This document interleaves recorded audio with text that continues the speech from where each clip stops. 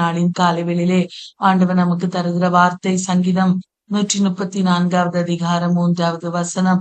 வானத்தையும் பூமியும் உண்டாக்கின கர்த்தர் சீயோனிலிருந்து உன்னை ஆசீர்வதிப்பாராக. அன்பான தேவ பிள்ளைகளே, இந்த காலை வேளையிலே ஆண்டவர் நம்மை ஆசீர்வதிக்கிற தெய்வமாயிருக்கிறார். பிரியமானவர்களே, நம்முடைய ஆண்டவர் அவர் வானத்தையும் பூமியும் உண்டாக்கின சர்வ வல்லமையுள்ள தெய்வம். அந்த தெய்வத்தால் ஆகாததென்று எதுவுமே இல்லை.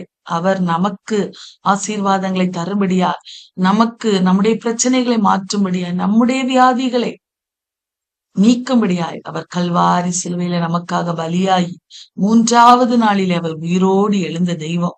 அவர் எதற்காக அவர் கல்வாரி சிலுவையில அடிக்கப்பட்டார் என்றால், நம்முடைய மீறுதல்களின் நிமித்தம், நம்முடைய பாவங்களுக்கு நிமித்தமாக நமக்கு ஆசீர்வாதங்களை தருகிறதற்காக அவர் கல்வாரி சிலுவையில அடிக்கப்பட்டு அவர் உயிரோடு எழுந்தார். அன்பான தேவ பிள்ளைகளே, அந்த இயேசுவை நோக்கி பார்க்கிற அத்தனை பேரையும் ஆண்டவர் சீயோனிலிருந்து ஆசீர்வதிக்கிற தெய்வம். அவரை நோக்கி பார்த்த முகங்கள் ஒரு நாளும் அவைகள் வெட்கப்படவே இல்லை. பிரியமானவர்களே, ஆண்டவரை நோக்கி பார்த்து ஆண்டவரே என்று கூப்பிடுகிற, தன்னை முழுவதும் ஒப்பு கொடுத்து ஆண்டவரே என்னை ஆசீர்வதியும் என்று சொல்லி அவருடைய சமூகத்துல ஜெபிக்கிற அத்தனை பிள்ளைகளையும் சியோனிலிருந்து, உன்னதத்திலிருந்து அவர் நம்மை ஆசீர்வதிக்கிற தெய்வமாயிருக்கிறார். அவர் வானத்தையும் பூமியையும் உண்டாக்கின சர்வ வல்லமையுள்ள தெய்வம். சங்கீதம் 24வது அதிகாரத்திலே வாசிக்கிறோம், பூமியும் அது நிறைவும் உலகமும் அதனுடைய குடிகளும் கர்த்தருடையது என்று வாசிக்கிறோம். வானத்தையும் பூமியும் உண்டாக்கின கர்த்தராலே நீங்கள் ஆசீர்வதிக்கப்பட்டவர்கள் என்று வேதத்துல வாசிக்கிறோம். அந்த தெய்வம் இந்த காலை வேளையிலே நம்ம எல்லாரையும் ஆசீர்வதிப்பேன் என்று சொல்லி வாக்கு கொடுக்கிறார். சுவாசத்தோடு இந்த வார்த்தை இந்த நாளிலே நாம் அறிக்கை செய்து அவருடைய ஆசீர்வாதத்தை நாம் பெற்றுக்கொள்வோம். பிரியமானவர்களே, இந்த நாளின் காலை வேளையிலே ஆண்டவர் இந்த வானத்தையும் பூமியும் உண்டாக்கின அந்த கர்த்தர் சியோனிலிருந்து நம்மை ஆசீர்வதிக்க வேண்டுமே ஆனால் நம்முடைய வாழ்விலே சில காரியங்களை நாம் செய்ய வேண்டும். அதை தான் நாம் இந்த நாளிலே தியானிக்க போகிறோம். அன்பான தெய்வ பிள்ளைகளே, எண்ணாகமத்தின் புஸ்தகம் 21வது அதிகாரம் இந்த நாளில் நாம் வாசிக்க வேண்டியதே வேத பகுதி. இந்த 21வது அதிகாரத்திலே ஒரு சில காரியங்களை ஆண்டவர் எழுதி வைத்திருக்கிறார். இந்த காரியங்களின் மூலமாய் நாம் கற்றுக்கொள்ள வேண்டிய காரியம் இவைகளின்படி நாம் செய்யும் போது ஆண்டவர் இதுல சொல்லப்பட்டிருக்கிற காரியங்களின்படி, அதாவது இதுல சொல்லப்பட்டிருக்கிற இஸ்ரவேல் ஜனங்கள் செய்த காரியங்களை வெறுத்து ஆண்டவருக்கு நம்முடைய இருதயங்களை ஒப்பு கொடுக்கும் போது ஆண்டவர் நம்மை சீயோனிலிருந்து அவர் ஆசீர்வதிக்கிற தெய்வமாயிருக்கிறார். பிரியமானவர்களே, இஸ்ரவேல் ஜனங்கள் பாருங்க, வனாந்தர பாதையிலே நடந்து கொண்டிருக்கிறார்கள். அவர்கள் கானான் தேசத்தை சுதந்தரிக்க வேண்டும். பாருங்க, அவர்கள் வேவுக்காரர்கள் காண்பித்த அந்த வழியாக அவர்கள் வருகிறார்கள், வந்து கொண்டே இருக்கிறார்கள். அப்போது கானானின் ராஜாவாகிய ஆராத் என்கிற அந்த ராஜா கேள்விப்பட்ட போது இஸ்ரவேல் ஜனங்களுக்கு விரோதமாக எழும்பி யுத்தத்துக்கு வருகிறார். யுத்தத்துக்கு வந்து அவர்களில் சில பேரை அவன் சிறைப்பிடித்து கொண்டு போகிறான். அன்பான தெய்வ பிள்ளைகளே, அப்பொழுது இஸ்ரவேல் ஜனங்கள் கர்த்தரை நோக்கி கூப்பிட்டார்களாம்.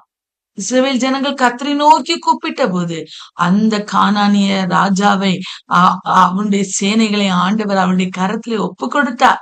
அவருடைய பட்டணங்களை ஆண்டவர் அவர்களுக்கு சொந்தரிக்கும்படி ஆண்டவர் செய்தார். பிரியமானவர்களே, அந்த பட்டணங்களை சங்காரம் பண்ணி அதற்கு ஓர்மா என்று பெயரிட்டார்களாம்.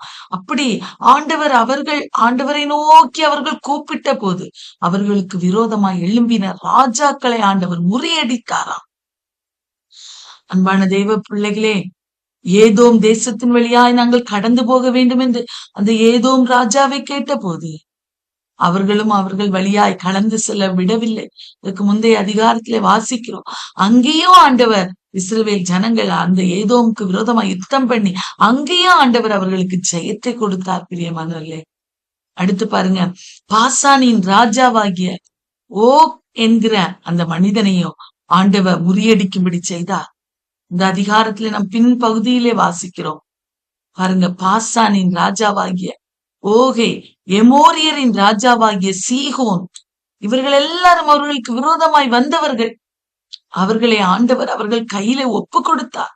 இஸ்ரவேல் ஜனங்கள் கையிலே ஒப்பு கொடுத்தார். பாசானின் ராஜாவாகிய ஓகே ஆண்டவர் அவருடைய கையில ஒப்பு கொடுத்தா. யார் யாரெல்லாம் அவர்களுக்கு விரோதமாய் எழும்பினார்களோ அத்தனை பேரையும் ஆண்டவர் அவர்களுடைய கரத்திலே ஒப்பு கொடுத்தார்.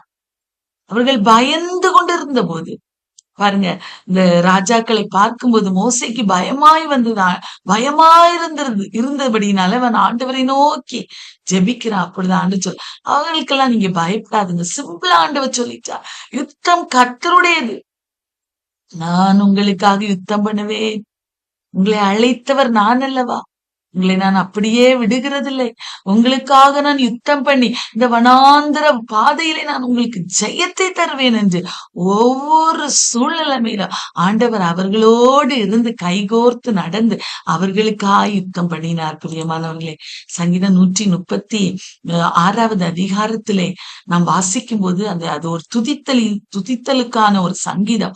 அந்த சங்கீதத்திலே 17வது வசனத்திலே பெரிய ராஜாக்களை சங்கரித்தவரை துதியுங்கள், அவர் கிருபை என்றும் உள்ளது, பிரபலமான ராஜாக்களை அழித்தவரை துதியுங்கள், அவர் கிருபை என்றும் உள்ளது, ஏமோரியரின் ராஜாவாகிய சீகோனையும் அழித்தவரை துதியுங்கள், அவர் கிருபை என்றும் உள்ளது, பாசானின் ராஜாவாகிய ஓகை அழித்தவரை துதியுங்கள், அவர் கிருபை என்றும் உள்ளது. இந்த அதிகாரத்துல நம்ம பார்த்தோம்ல, ஏமோரியரின் ராஜாவாகிய சீகோனை அழிக்கும்படி ஆண்டவர் செய்தார், பாசானின் ராஜாவாகிய ஓகை அழிக்கும்படி செய்தார், கானானிய ராஜாவோடு எதிர்த்து ஜெயம் எடுக்க உதவி செய்தார். ஆனா அன்பான தெய்வ பிள்ளைகளே, எத்தனை ஜெயம் பாருங்க.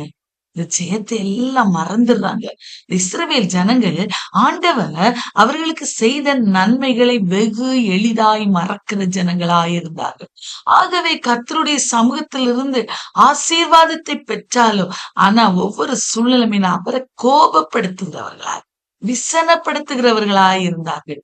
இந்த காலை வேளையிலே சியோனிலிருந்து கர்த்தர் நம்மை ஆசீர்வதிக்க வேண்டுமே ஆனால் நாம் என்ன செய்யணும் தெரியுமா? இந்த இஸ்ரவேல் ஜனங்களை போல அல்ல. ஆண்டவர் நமக்கு செய்த நன்மைகளுக்காய் நன்றி அறிதல் உள்ளவர்களா இருக்கணும். பிரியமானவர்களே, எவ்வளவு நன்மைகளை செய்திருக்கிறார். இன்றைக்கு வரைக்கும் நம்ம சுகத்தோடு வாழுகிறது அவருடைய கிருபைதான். எத்தனை நன்மைகள்.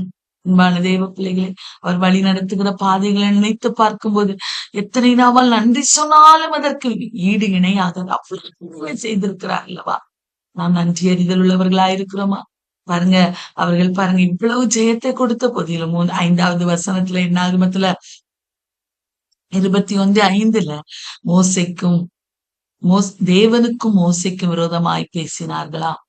சொல்றத பாருங்க, நாங்கள் வனாந்திரத்தில் சாகும்படியா எங்களை இங்க வர பண்ணினீங்க, இங்கே அப்பமும் இல்லை தண்ணீரும் இல்லை, இந்த அற்பமான உணவு எங்கள் மனதுக்கு வெறுப்பாயிருக்கிறது. இவ்வளவு ஒரு 40 வருஷ காலம் ஆண்டவர் மன்னாவை தூதர்கள் உண்கிற உணவு என்று வேதத்துல சொல்லப்பட்டிருக்கு.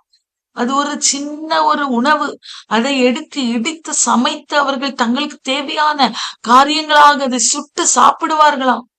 வேலை செய்ய வேண்டாம். ஆண்டவர் காலைதோறும் அந்த உருச்சியான சின்ன ஒரு அந்த வஸ்துவை அந்த பனி போல விழ செய்வார். அவர்கள் போய் அதை பொறுக்கி தங்களுக்கு வேண்டிய ஆகாரத்தை சமைக்கிறவர்களா இருந்தார்.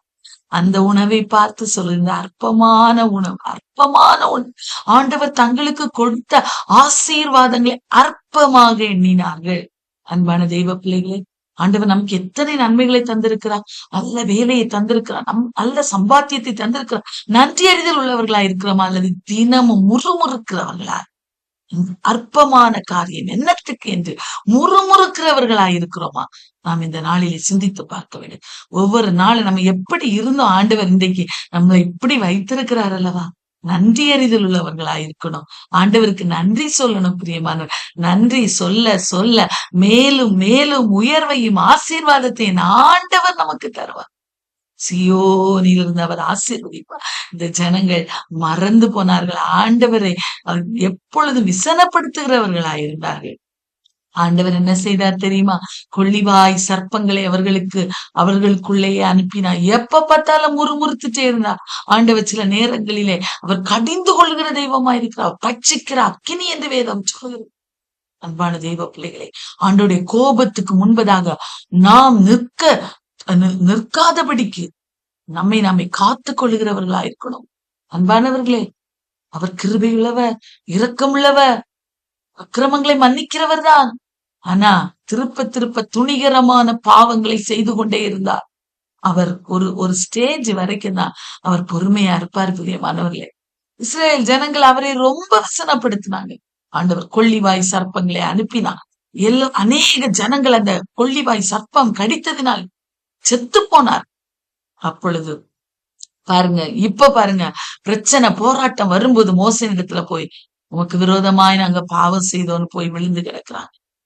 எல்லாம் செய்துட்டு ஆண்டுடைய சமூகத்துல போய் நிற்பது அல்ல, செய்கிறதற்கு முன்பதாகவே ஆண்டவரை என்னை பரிசுத்தப்படுத்திருங்கப்பா, என்னில எந்த பாவமும் இல்லாதபடி என்னை காத்து கொள்ளுங்கப்பா, முறுமுறுப்புகளை என்னை விட்டு அகற்றிருங்கப்பா என்று சொல்லி நம்ம ஒவ்வொரு நாளும் நம்ம பரிசுத்தப்படுத்துகிறவர்களா இருக்கணும். அப்படி இருக்கிற அந்த இருதயங்களை ஆண்டவர் மிகவும் நேசிக்கிறார். அவர்களா விண்ணப்பம் பண்ணினார்களா? உடனே மோசே ஆண்டுடைய சமூகத்துல போய் விண்ணப்பம் பண்ணினார்.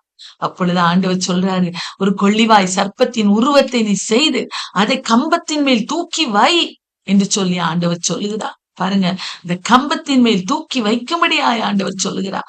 அவன் கம்பத்தின் மேல் தூக்கி அந்த அந்த கம்பத்தின் மேல் வைக்கப்பட்ட அந்த கொள்ளிவாய் சர்ப்பங்களை யார் யாரெல்லாம் நோக்கி பார்க்கிறார்களோ அவர்கள் எல்லாரும் பிழைத்தார்கள். அவர்கள் அந்த கொள்ளிவாய் சர்ப்பம் கடித்ததுதான். ஆனா கடித்த போது அந்த வனாந்தரத்திலே அந்த கொள்ளிவாய் சர்ப்பத்தை போல் அந்த ஒரு ஒரு உருவம் அங்கே செய்யப்பட்டு வைத்ததல்லவா, அதை நோக்கி பார்த்த போது அந்த ஜனங்கள் பிழைத்து கொண்டார்கள். கடித்ததுதான், கடித்தால் அது அவர்களை சேதப்படுத்தவில்லை. அதை நோக்கி பார்த்த போது பிழைத்து கொண்டார்கள். அன்பான தெய்வ பிள்ளைகளை, வேதம் என்ன சொல்லுகிறது?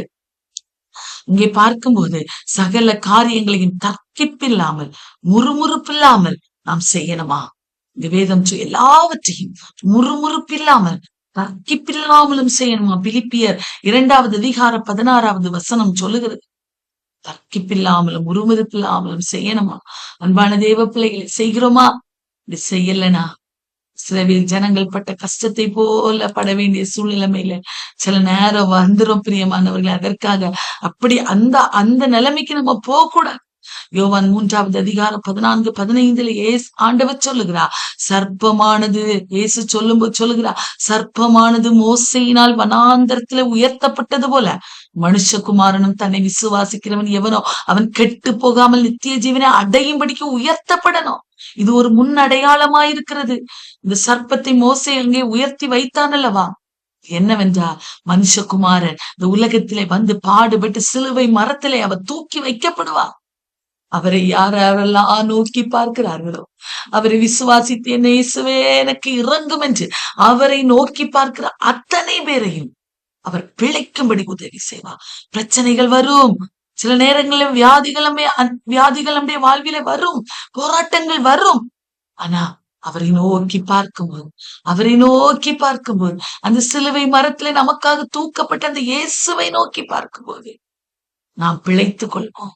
அன்பான தெய்வ பிள்ளைகளே, அவர்களுக்கு பிரச்சனை எப்பொழுது வந்தது?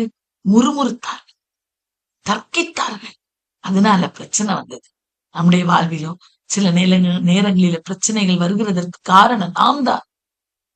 நம்மை அலசி ஆராய்ந்து இந்த காலை வெளியிலே நம்மை ஆண்டோடைய சமூகத்துல ஒப்பு கொடுக்கணும். கர்த்தர் சீயோனிலிருந்து நம்மை ஆசீர்வதிக்க வேண்டுமே. ஆனால் சகல காரியங்களை தர்க்கிப்பில்லாமலும் முறுமுறுப்பில்லாமலும் செய்து ஆண்டவருக்கு நன்றி அறிதல் உள்ளவர்களாய், ஆண்டவரை நோக்கி ஜெபிக்கிற பிள்ளைகளாய் நாம் மாறணும். அப்பொழுது ஆண்டவர் நம்மை சீயோனிலிருந்து ஆசீர்வதிப்பார். இந்த ஆசீர்வாதத்தை நாம் பெற்றுக்கொள்ள வேண்டுமே. ஆனால் இந்த நாளிலே நாம் தியானித்தபடி ஆண்டவருக்கு பிரியமில்லாத காரியங்களை நம்மை விட்டு அகற்றுவோம். ஆண்டவர் நிச்சயமாய் பெரிய காரியங்களை நம்முடைய வாழ்விலே செய்வார்.